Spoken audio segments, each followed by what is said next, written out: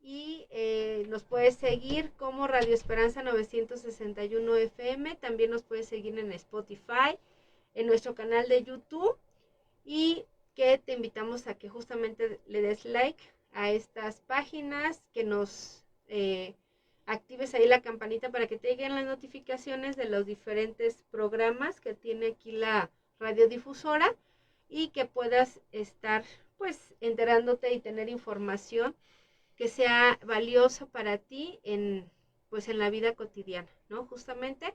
Y estamos en esta tarde trabajando o platicando un poco sobre lo que es el estrés postraumático, que bueno, en memoria de estas situaciones que se viven el 19 de septiembre aquí en México, y que hace 37 años fue un evento sumamente complejo, sumamente intenso, que fue el sismo de 1985, y que a raíz de eso hemos tenido que ir desarrollando habilidades para enfrentar, pues, por ejemplo, este tipo de situaciones o de desastres naturales. Y para eso, pues continuamos aquí con nuestra invitada, la maestra María Elena Becerra Espinosa, directora del Centro de Integración Juvenil. Entonces te pediría, María Elena, si nos puedes hacer un pequeño resumen de lo que hemos estado platicando esta tarde. Claro que sí, buenas tardes a toda la audiencia de Radio Esperanza. Estamos en este programa que estamos transmitiendo Centros de Integración Juvenil cada 15 días y justo estábamos platicando el tema que tenemos organizado para hoy, pues era estrés postraumático y cómo enfrentar estas situaciones. Y de pronto se suscita una cuestión bastante real. Eh, Obviamente toda la gente está con la predisposición, incluso, ¿no? Sobre todo la gente que ha estado muy de cerca en estos tipos de desastres, pero también estábamos platicando, pues, de qué se trata el estrés postraumático, cuáles son los síntomas, cuánto tiempo se tiene que dejar pasar para poderlo diagnosticar. Estuvimos platicando también que la gente ha tratado de sacar de sus propios recursos las maneras de cómo enfrentar situaciones eh, traumáticas y postraumáticas de alguna manera. O bueno, a veces cuando ya no resuelve se vuelven postraumáticas justamente. Pero no solamente con cuestiones de índole, eh, ¿cómo se llama? Natural, ¿verdad? Estos desastres naturales, sino que de manera personal cualquier persona tiene una situación eventual que no puede resolver y entonces puede tener también una situación de estrés postraumático.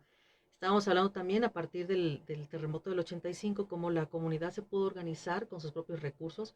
De igual manera, el ser humano de manera individual se puede organizar para resolver sus situaciones, pero cómo esto dio pie a que se generaran todos los programas de protección civil en el país, porque también de alguna manera le ganó, la comunidad le ganó con sus habilidades a todas las instancias que pudieran haber intervenido, fueron los que primero llegaron, que estaban de cerca en el problema, que colaboraron, etcétera, que fue una muy buena organización autogestiva, le vamos a llamar, ¿verdad? Así se le llama.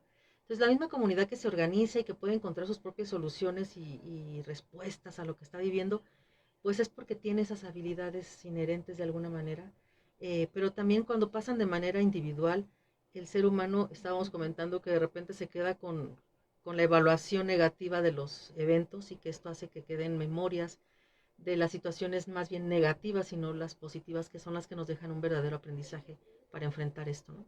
Así es, y entonces vamos a continuar. ¿Qué te parece si platicamos un poquito sobre como factores de protección que nos podrían ayudar o a fortalecer esos recursos para pues tener conciencia de que si llegamos a vivir una situación traumática, pues tengamos como ciertos recursos para enfrentarla, o si se genera esta situación de estrés postraumático, sepamos cómo enfrentarla, ¿no? Son los dos momentos, ¿no? Así es.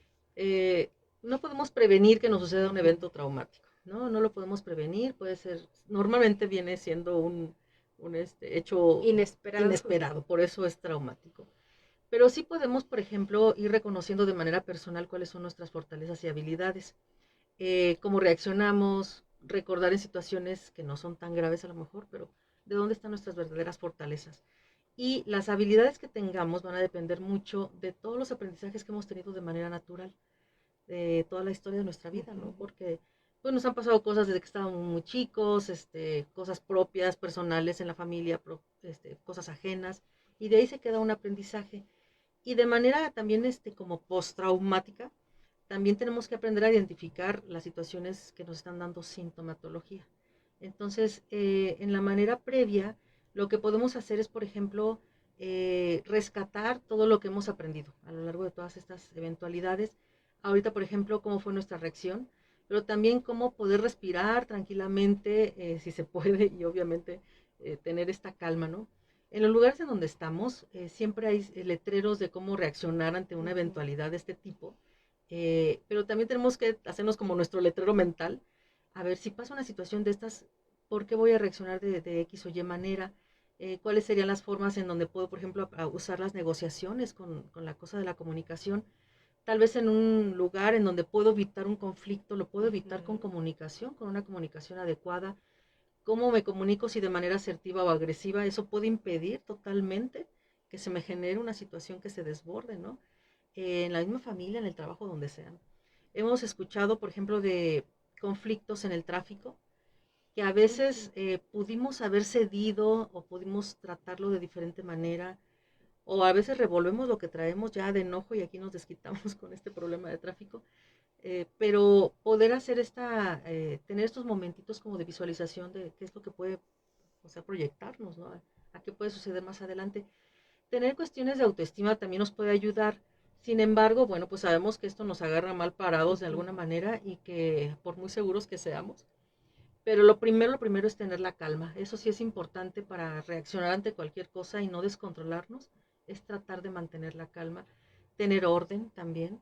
Tener orden hace que todos podamos salir libres de alguna cosa muy fea, una estampida humana, por ejemplo, pues es porque todo el mundo salió corriendo. Las situaciones traumáticas nos llegan directamente a una parte que se llama amígdala, que es la que regula todo lo del miedo, lo de las emociones, y entonces pues actuamos desde el miedo. No podemos, francamente, racionalizar todo o pensarlo y estar así como, ¿correré o no correré? ¿Me irán a pisotear toda la manada de gente? Ajá, ¿qué haré? Entonces, a veces también es con solo mantener la calma y pensar la decisión, esos instantes pueden determinar que no tengamos un accidente o una situación traumática grave, ¿no? Entonces también tener las precauciones, por ejemplo, al andar conduciendo vehículos, pues obviamente nos podemos evitar un problemón muy grande si podemos tomar decisiones a tiempo por no tener la velocidad a todo lo que da, que no alcancemos a frenar, etcétera, que nos pueden dejar una incapacidad o una vivencia muy, muy extrema también, o perder gente de nuestros seres queridos. Y entonces vivir en modo prevención creo que puede ayudar mucho, ¿no? El modo prevención, aquí usamos nosotros ese término porque es, a ver, pues si puedes alcanzar a pensar unos segunditos en qué puede caer una situación que estoy decidiendo ahorita, pues si vas a hacer una situación arriesgada, pues mejor no, pensarla detenidamente. Y eso nos va a ahorrar muchísimos, muchísimos traumas. Si estamos en una situación que ni siquiera pudimos controlar, ni siquiera la podíamos ver, obviamente lo principal es intentar mantener la calma para no ponernos más en peligro. Entonces sí es como ir reconociendo estas partes y cuáles son las que puedo usar. Si tengo a la mano a mi gente cercana o si tengo otras personas a las que pueda ayudar, pues primero la seguridad. ¿Por qué se espanta la gente? Por qué nos da mucho miedo esto? Pues porque nos atenta directamente a la integridad física, ¿no? A la vida propia. Y entonces pues nadie queremos perderla, ¿no? Entonces estas situaciones que nos dan mucho, mucho miedo, de repente ya bloquean todo lo que podemos pensar y por eso no podemos pensar claramente una decisión. Pero si podemos, por lo menos, tomarnos el momento de, espérense antes de que pase otra cosa fea, yo creo que ya desde ahí podemos empezar a tomar unas buenas decisiones para evitarnos estos traumas. Ahora, ya cuando está la situación crítica, ya no pudimos hacer nada y me está generando una serie de síntomas, pues lo principal es, si ya intentamos X y Y situaciones, pues yo creo que ya es mejor buscar una atención personalizada, especializada, y lo mejor pues es acudir a un centro de salud donde tengan gente de psicología para que nos puedan atender. En centros de integración juvenil incluso también podemos atender estas situaciones dándoles algunas alternativas para explorar desde dónde están esas memorias, desde dónde están esos eventos traumáticos y empezar a modificar las experiencias para que se vayan borrando esas memorias que son, pues obviamente las que nos van a estar molestando posteriormente. Entonces, hablas justamente de esta parte de información, o sea, la información obviamente nos va a dar esquemas o ideas de qué hacer en ciertos momentos. La otra tiene que ver con desarrollar habilidades de autorregulación, de autocontrol, ¿sí? Esta parte de saber respirar, saber tranquilizarnos, porque si no, pues nuestra parte pensante no funciona de manera adecuada en situaciones de crisis.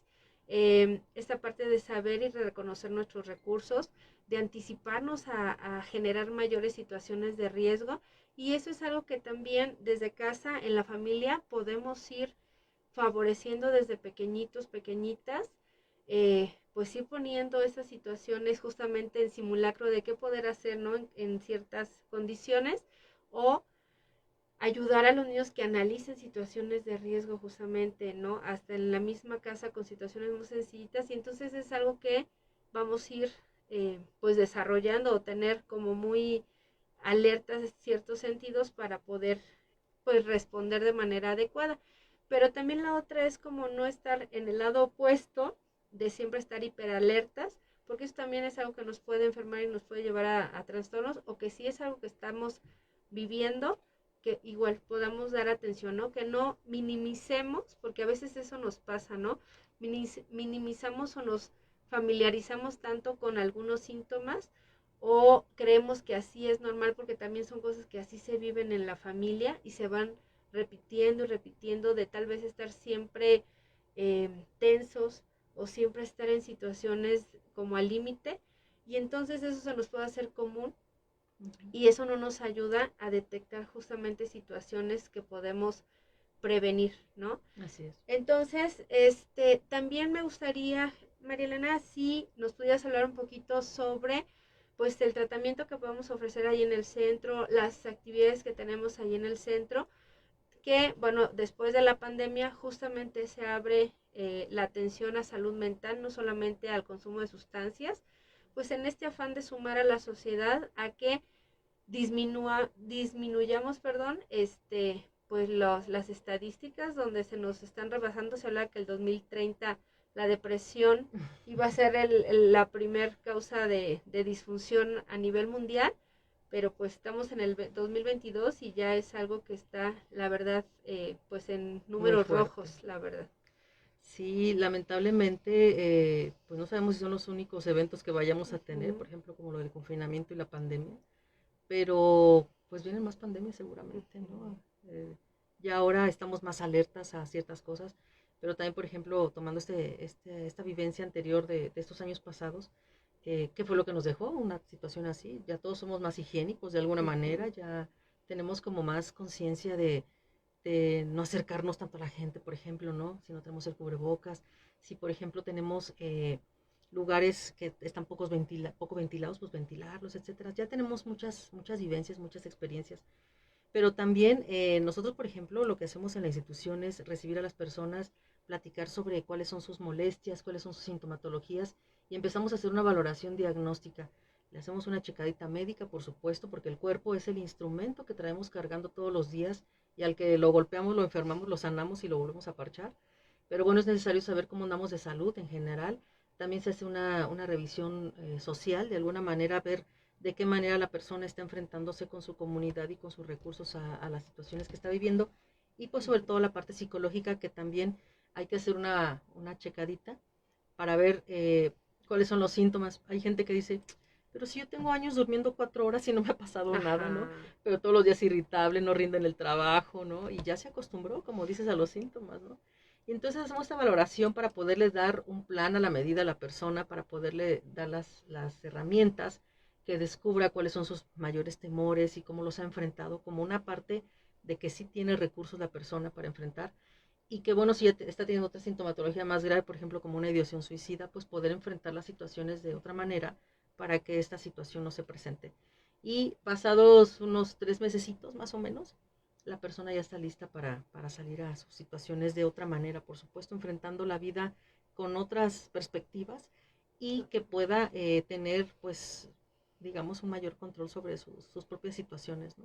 Así es. Entonces bueno, los y las invitamos a que justamente acudan a centros de integración juvenil o a las unidades de salud o a las instituciones que puedan brindar atención en salud mental, al colegio de psicólogos también, ¿no? Que se puedan poner en contacto, que sean personas que tengan un título, que tengan una cédula profesional y que obviamente estén capacitados para poder dar la atención de acuerdo al padecimiento o a la situación que cada quien esté presentando.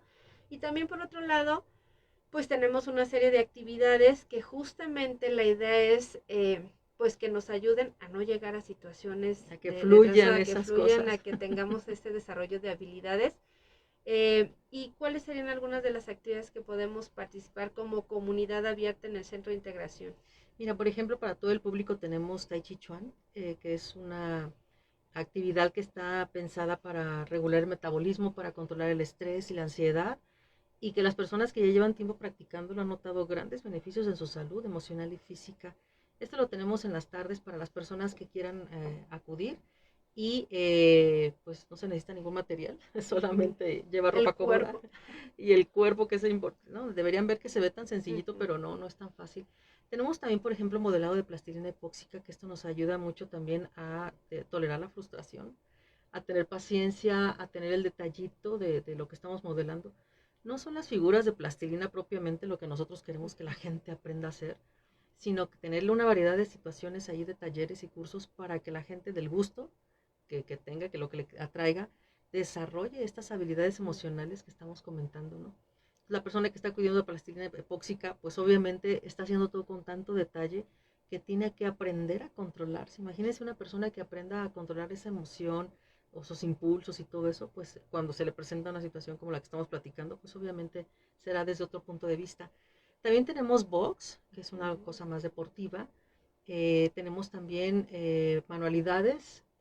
Tenemos también algunas actividades de tanatología para las personas que lo requieran, que estén por ahí pasando con algún proceso de duelo, y algunos otros talleres más. Está guitarra, por ejemplo, también. La guitarra requiere de mucha paciencia, cosa que yo no podría aprender seguramente, aunque tengo paciencia, pero no es mi gusto la guitarra, pero mucha gente está aprendiendo de manera rapidísima con nuestro profesor. También es muy, muy importante que todo lo que sea arte, recreación, cultura, ahora sí que música, deporte, lo que sea psicoemocional y que sea psicoeducativo, pues que lo podamos compartir. No nada más Centros de Integración lo tiene.